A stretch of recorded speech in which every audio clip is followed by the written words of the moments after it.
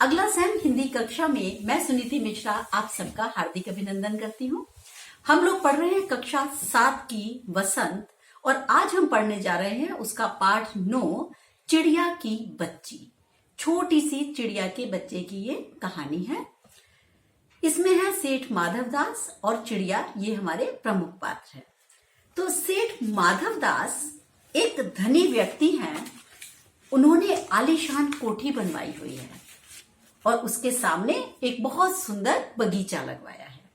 वे कला के प्रेमी हैं और उन्हें धन की कोई कमी नहीं है, लेकिन कोई भी व्यसन मतलब कोई भी बुरी आदत उन्हें छू तक नहीं गई है। फूल, पौधे, रकाबियों से, हौजों में लगे फव्वारों से उछलता हुआ पानी उन्हें बहुत अच्छा लगता है, यानी उनकी कोठी बहुत सुंदर है। समय भी उनके पास बहुत है। शाम को जब गर्मी ढल जाती है, आसमान कई रंग का हो जाता है, तब वो क्या करते हैं, कोठी के बाहर चबूतरे पर तख्त डालकर मसनद के सहारे, मसनद क्या होता है, तकिया, तकिए के सहारे बैठकर वे गलीचे पर बैठते हैं और प्रकृति की छटा को निहारते हैं। इससे उनके तन को, मन को बड़ी तृप्ति मिलती है। यदि कोई मित्र होता है तो उससे विनोद चर्चा मतलब हंसी मजाक की बातें चलती हैं, और नहीं तो उसके पास रखे हुए फर्श पर जो हुक्के की सटक को अपने मुंह में दबाए हुए वे ख्यालों में संध्या का आनंद लेते हैं, उसे सपने की भांति गुजार देते हैं। एक दिन क्या हुआ कि माधवदास मसनद के सहारे बैठे थे।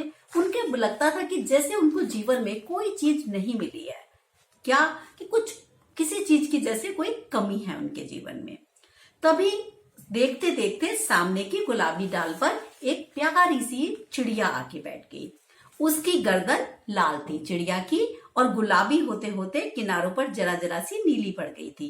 पंख बड़े चमकदार, नन्हा सा सिर बहुत ही प्यारा था, और शरीर पे ऐसे लग रहा था जैसे किसी ने विचित्र चित्रकारी की और बड़ी सुंदर ड्राइंग बना रखी हो। चिड़िया को मानो माधवदास की सत्ता का कुछ पता नहीं था। चिड़िया तो अपनी धुन में थी, बस बहुत खुश मालूम देती थी। माधवदास को वो चिड़िया बड़ी प्यारी लगी। कुछ देर तक चिड़िया को इस डाल से उस डाल तक फुदकते हुए देखते रहे, फिर बोले, आओ तुम बड़ी अच्छी आई। यह बगीचा तुम चिड़ियों के बिना, तुम लोगों के बिना सूना लगता है। तुम यहाँ बेखटके मतलब बिना किसी डर के आया जाया करो। चिड़िया पहले तो असावधान रही, फिर जानकर कि उससे बात की जा रही है घबरा गई। संकोच को जीतकर, अरे मुझे नहीं मालूम था कि ये बगीचा आपका है, मैं अभी चली जाती हूँ, बस जरा सांस लेने को यहाँ रुक गई थी। माधवदास ने कहा, हाँ बगीचा मेरा है, संगमरमर की कोठी भी मेरी है, पर अगर तुम चाहो तो इसको अपना समझ सकते हो। मुझे बहुत अच्छा लगा कि तुम यहाँ बैठी हुई हो। चिड़िया कुछ सकुचागे मतलब शर्मा गई। उसे बोध हुआ, ज्ञान हुआ। उसे ज्ञान हुआ कि उससे गलती तो नहीं हो गई। वो डर गई, बोली, मैं थक कर बैठ गई थी, यदि ये आपका है मैं जल्दी से चली जाऊंगी। माधवदास बोले, अरे मेरी भोली चिड़िया, तुम्हें देखकर मेरा मन बड़ा खुश हो गया, प्रफुल्लित हो गया, मतलब खुश हो गया। मेरा महल भी सुना है, यहाँ कोई नहीं चहचहाता। तुम जब गाओगी तो मेरा दिल बहलेगा, तो तुम यहीं पर रहो। चिड़िया बोली, मैं माँ के पास जा रही हूँ, सूरज की धूप खाने और हवा से खेलने, फूलों से बात करने। मैं जरा घर से उड़ आई थी, अब सांझ हो गई है ना, तो मैं घर वापस जा रही हूँ माँ के पास। बस आप सोच न करें। माधवदास बोले, अरे प्यारी चिड़िया, तुम पागल मत बनो। देखो तुम्हारे चारों तरफ कैसी बहार है, कितना सुंदर पानी है, और मेरा दिल बड़ा वीरान है। वीरान मतलब सुनसान है। तुम्हारी जैसी प्यारी हंसी सुनने को कहाँ मिलती है मुझे। और सुनो, मेरे पास बहुत सारा सोना है, चांदी है, मोती है, और तुम्हें सोने का सुंदर सा घर बनवा दूंगा। मोतियों की झालर उसमें लटकेगी, तो बस तुम मुझे खुश रखना। अच्छा बताओ, तुम्हारी माँ के पास क्या है? माँ के पास तो कुछ भी नहीं है तुम्हारी। तुम मेरे पास ही खुशी से रहो, मेरी भोली गुड़िया। चिड़िया इन बातों से बहुत डर गई। बोली, मैं तो जरा भटक के आराम करने के लिए यहाँ बैठी थी, अब भूल के भी ऐसी गलती नहीं होगी। मुझे तुम्हारी बातें समझ में नहीं आती।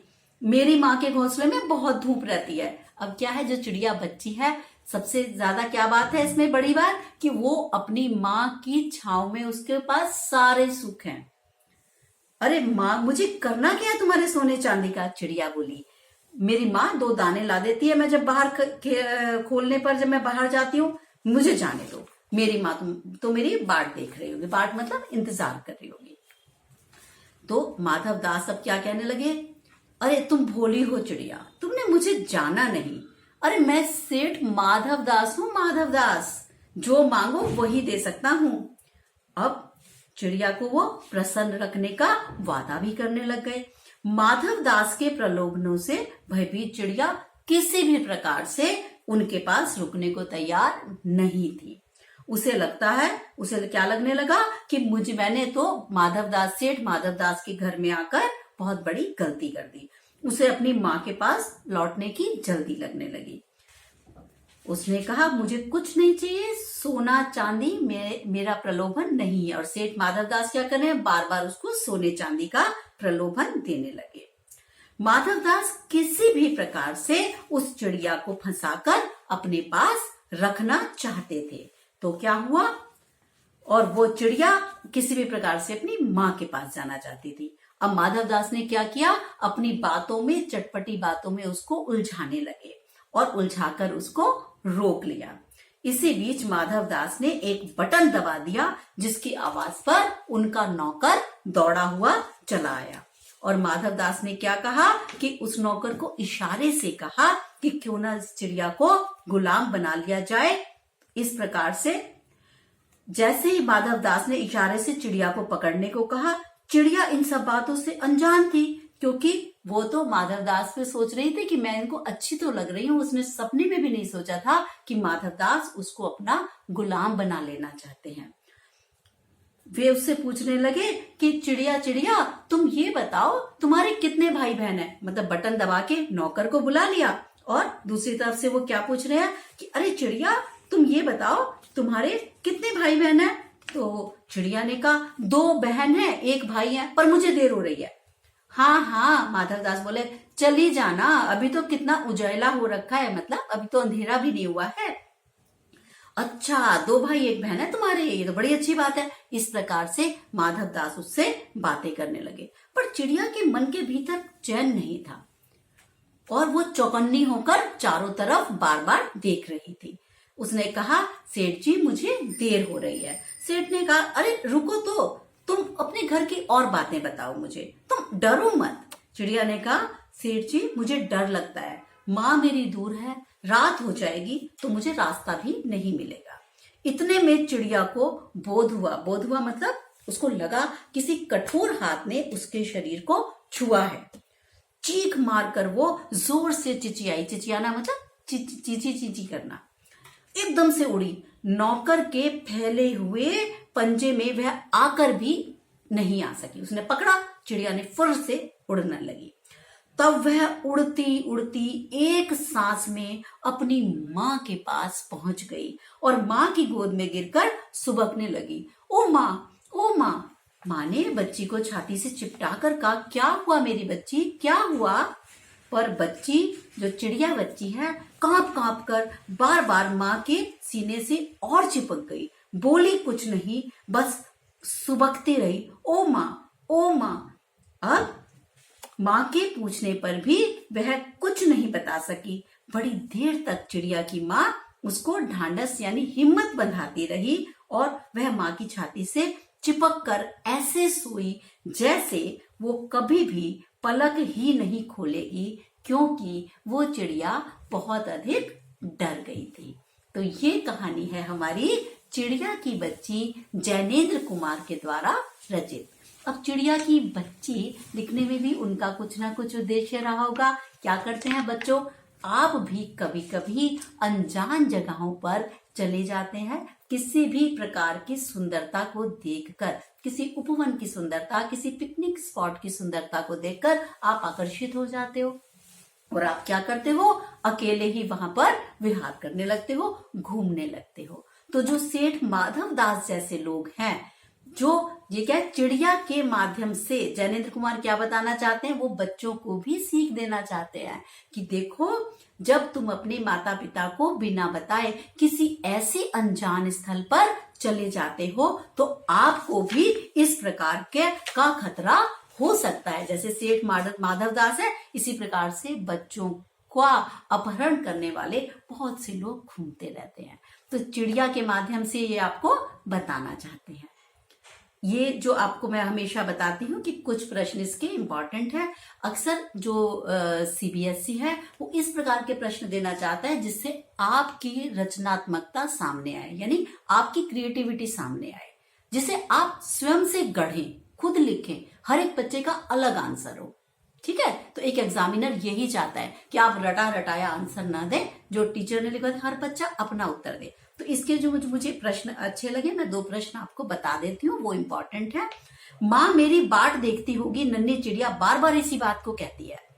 आप अपने अनुभव के आधार पर बताइए हमारी जिंदगी में माँ का क्या महत्व है। तो अब क्या होता है, जब मैं आपसे पूछती हूँ माँ का क्या महत्व है, तो हर बच्चा अपने तरीके से उत्तर लिख के देता है। यहाँ तक कि अगर हम आपको याद भी कराएंगे ना, तो भी आप अपनी समझ से लिखना पसंद करते हैं, क्योंकि माँ शब्द सुनते ही आप सब लोग बड़े भावुक हो जाते हैं, और होना भी चाहिए। तो कह रहा माँ का क्या महत्व है, हमारी जिंदगी में माँ का बहुत अधिक महत्व है। माँ से ही जीवन के सारे सुख हैं। माँ हमें विपरीत हालातों में बचा कर रखती है। वो हमारे सारे सुख दुख कष्ट स्वयं पर झेल जाना चाहती है, लेकिन अपनी संतान पर आज तक नहीं आने देना चाहती। माँ बच्चे की ढाल बनकर रहती है, और वो क्या होती है, जैसे बच्चे का सुरक्षा कवच होती है। और माँ जीवन होती है, माँ सब कुछ होती है। एक बच्चा माँ के साए में सबसे अधिक सुरक्षित महसूस करता है। माँ का स्नेह और आशीष मतलब आशीर्वाद सदा अपने बच्चों की सफलता में जो है योगदान देता है। और माँ क्या करती है, हम सबको बुरी आपदाओं से बचा कर रखती है। माँ को इसीलिए ईश्वर और उससे स्वर्ग से भी बढ़कर कहा गया है। माँ के विषय में यहाँ तक कहा गया है कि ईश्वर हर जगह उपस्थित नहीं रह सकता था, इसलिए उसने माँ की रचना की। तो सबसे सुंदर उक्ति माँ के विषय में ये है कि ईश्वर हर जगह उपस्थित नहीं रह सकता था, इसलिए उसने माँ की रचना की, कि उसने कहा ये तो अपने बच्चे को हर जगह से बचा ही लेगी। तो यही कारण है कि शब्दों के जो हेरफेर हैं, दुनिया के रंग ढंग से अनजान कोई भी मासूम बच्चा, कितना भी उसको प्रलोभन लालच दिए जाएं, कितना भी कोई आपको कहता है कि आप कितने भी अच्छे घर में चले जाएं, एक बच्चा जो झोपड़ी में पला बड़ा है अपनी माँ के साथ, उसको आप कहोगे महल में आके मेरे रह ले, लेकिन उसको रात को अपनी माँ के साथ चिपक के सोने में जो आनंद आता है, वो सारे दुनिया के आनंद से बिल्कुल भिन्न है ना। जो मैं कह रही हूँ आप भी इससे जरूर एग्री करते होंगे। आपको कितना भी डर लग रहा हो, आप अपना पैर या अपना हाथ अपनी माँ के पेट पे रख ले तो क्या करते हो, उसके बाद क्या होता है, आपको लगता है अब आपका भूत पिशाच और किसी भी प्रकार का कोई भी बड़े से बड़ा जो वो होगा डाकू बदमाश, वो आपका कुछ नहीं बिगाड़ सकता। तो पता नहीं कैसा है ये माँ का स्पर्श। तो ये है हमारे माँ का महत्व पर आपसे बातचीत। एक प्रश्न और मैं बताऊंगी आपको इम्पोर्टेंट, कि इस कहानी का यदि कोई दूसरा शीर्षक देना हो तो हम क्या दे सकते हैं। तो ये क्या है, दूसरा शीर्षक हम दे सकते हैं बच्चों, जैसे बच गई चिड़िया। एक और अच्छा शीर्षक मुझे याद में आता है, सतर्क चिड़िया। सतर्क मतलब अलर्ट। सतर्क चिड़िया, सेठ ने उसे फंसाने के लिए इतने सारे प्रलोभन दिए, लालच दिए, लेकिन उसने चौकन्ने रहकर सेठ के जो प्रलोभन थे उन सबको मात दे दी। यदि वो चौकन्नी नहीं रहती, चौकन्नी चिड़िया, सतर्क चिड़िया, बच गई चिड़िया, ये 3 कोई से भी आप रख सकते हैं, इसका शीर्षक रख सकते हैं। तो इसलिए क्यों वो सुरक्षित निकल गई, क्योंकि वो बहुत सतर्क थी और वो लालच में नहीं आई, तो इसलिए वो चिड़िया बच गई और अपनी माँ के पास पहुंच गई। तो ये थे हमारे शीर्षक तीनों। आशा करती हूँ आपको ये तीनों शीर्षक भी अच्छे लगे होंगे। तो ये हमारा पाठ अब पूरा होता है, माधवदास और छोटी चिड़िया का। अच्छी सी कहानी थी, आपको प्यारी लगी होगी। अब हम मिलेंगे अगले पाठ के साथ, वो भी बहुत अच्छा पाठ आने वाला है, अपूर्व अनुभव। ठीक है, तो तब तक के लिए मुझे आज्ञा दीजिए। नमस्कार।